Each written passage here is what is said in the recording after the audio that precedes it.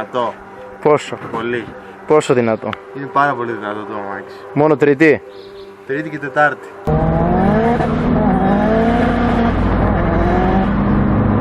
Και Τετάρτη. Panda, panda, panda, panda. I got broads in Atlanta, just to lean the family. Credit cards and the scammers, hitting the licks in the van. Legacies, family, wait and see, look like a panda. Going out like a Montana, honey killers on the helmets. Legacies, family, wait and see, family, pocket smoke.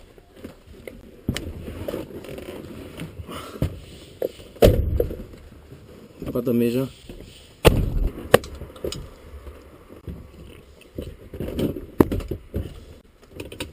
Μετά από ένα ξενύχτη τρελό Σαββάτου, επιτέλους τελειώσαμε το αυτοκίνητο. Βάλαμε σασμάν από Nissan 350Z. Για να φτάσουμε πάνω θα πούμε κάποια πράγματα γενικά για τη μετάδοση, κάποιες πληροφορίες. Άκη, θέλω να μου πεις τι είναι η μετάδοση και πότε αντιμετωπίζουμε προβλήματα με αυτή σε ένα αυτοκίνητο όταν το βελτιώνουμε. Κλείς το παράθυρο εδώ. Η μετάδοση είναι μεγάλο θέμα που απασχολεί πάρα πολλούς σε πολλά αυτοκίνητα. Δηλαδή, συνήθως όλα αντιμετωπίζουν πρόβλημα με τη μετάδοσή τους όταν ξεφεύγουν από κάποια υποδύναμη και μετά. Δηλαδή πιέλες, πιστόνια, στρόφαλους, τουρμπίνες, κακό και δυναμώνουμε το μοτέρ και το επόμενο πράγμα που πονάει είναι η μετάδοση. Στα δικά μας αυτοκίνητα, τα Silvia, ξεκινάμε από το δισκοπλώτο που το αλλάζουμε από το πρώτο κιόλας στάδιο, μιας και το νοσιακό είναι για χρήση βόλτας και μόνο. Και το επόμενο πράγμα που πονάει είναι το σασμάν. Γιατί προτιμήσαμε Z33 σασμάν, δηλαδή από Nissan 350Z και όχι κάποιο άλλο? Γιατί είναι ένα πάρα πολύ καλό σασμάν με πολύ καλή κλιμάκωση, μεγάλη αντοχή, πάρα πολύ καλό λευκέ, απίστευτο. Στις αρχές του ρουφάει κυριολεκτικά, σαν λυσασμένο.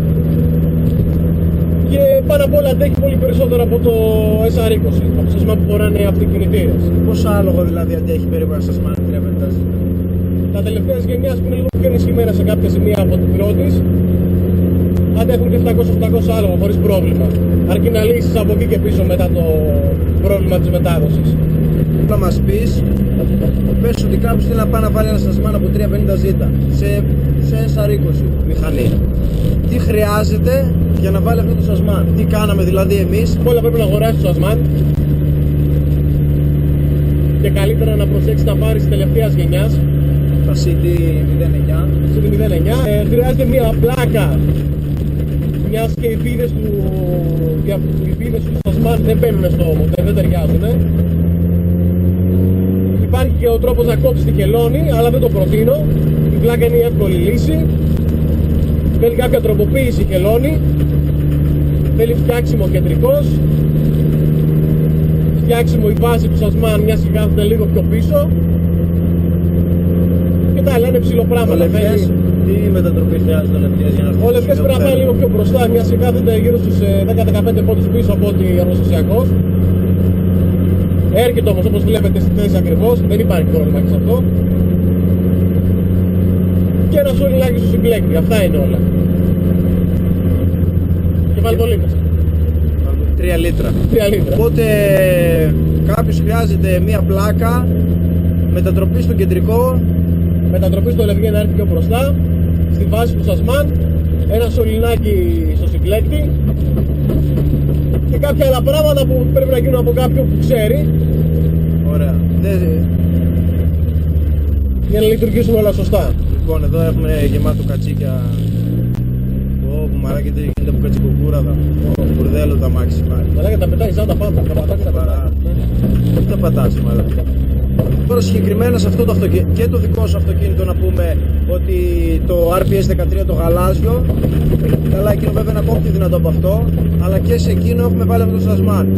Τώρα πάμε και στα δύο αυτοκίνητα το ίδιο σασμάν, από το 350Z. Έχουμε λύσει τα προβλήματα μετάδοσης και στα δύο αυτοκίνητα. Με αυτόν τον τρόπο. Με αυτόν τον τρόπο, ναι. Πάμε λίγο τώρα να ανέβουμε λίγο πιο σβέλτα για να δούμε πώς συμπεριφέρεται το αυτοκίνητο, καθώς το σασμάν είναι πιο κοντό. καλύτερη κλιμάκωση. Το Σασμάνο είναι πιο κοντό και πάνω απ' όλα έχει πολύ καλύτερη κλιμάκωση. Η κλιμάκωση, για όσοι δεν γνωρίζουν, είναι το πόσο κοντά είναι μία σχέση με την άλλη και δεν υπάρχουν μεγάλα σκαλοπάτια όταν αλλάζει ταχύτητα στις στροφές του κινητήρα.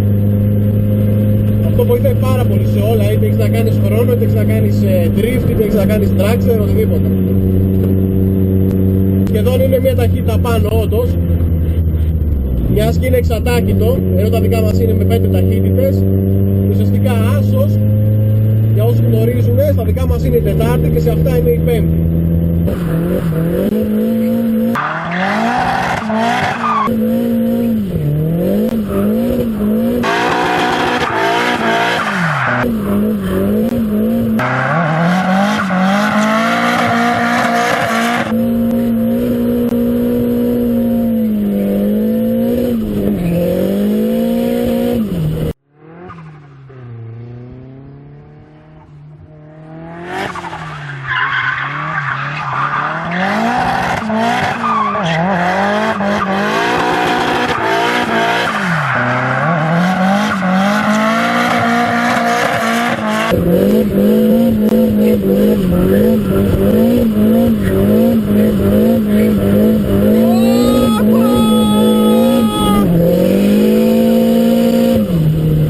Τι κάνει ρε μαλάκα!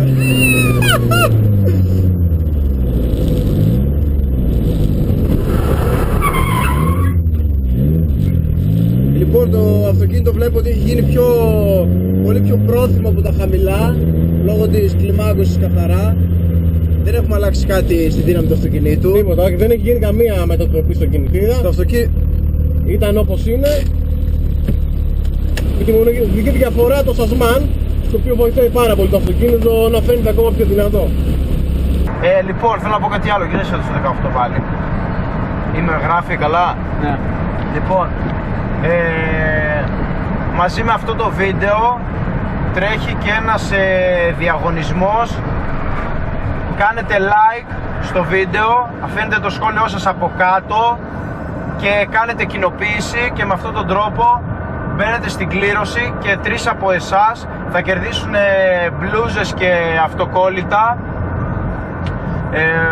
και ένας τυχερός θα είναι μαζί μας στην επόμενη μας προπόνηση μετά τις διακοπές του καλοκαιριού για να κάτσει στη θέση του συνοδηγού και να κάνουμε drift μαζί. Θα συνοδηγήσει δηλαδή μαζί μας στην πίστα σε όλα μας τα αυτοκίνητα. Σε ποια πίστα? Στην πίστα κάρτους του Ελευθερέ, στην επόμενη μας προπόνηση. Οι νικητές θα βγουν μετά τις διακοπές του καλοκαιριού. Θα πάμε και εμείς σαν άνθρωποι διακοπές, έτσι ένα 15 Αύγουστο θα πάμε να ξεκουραστούμε λίγο.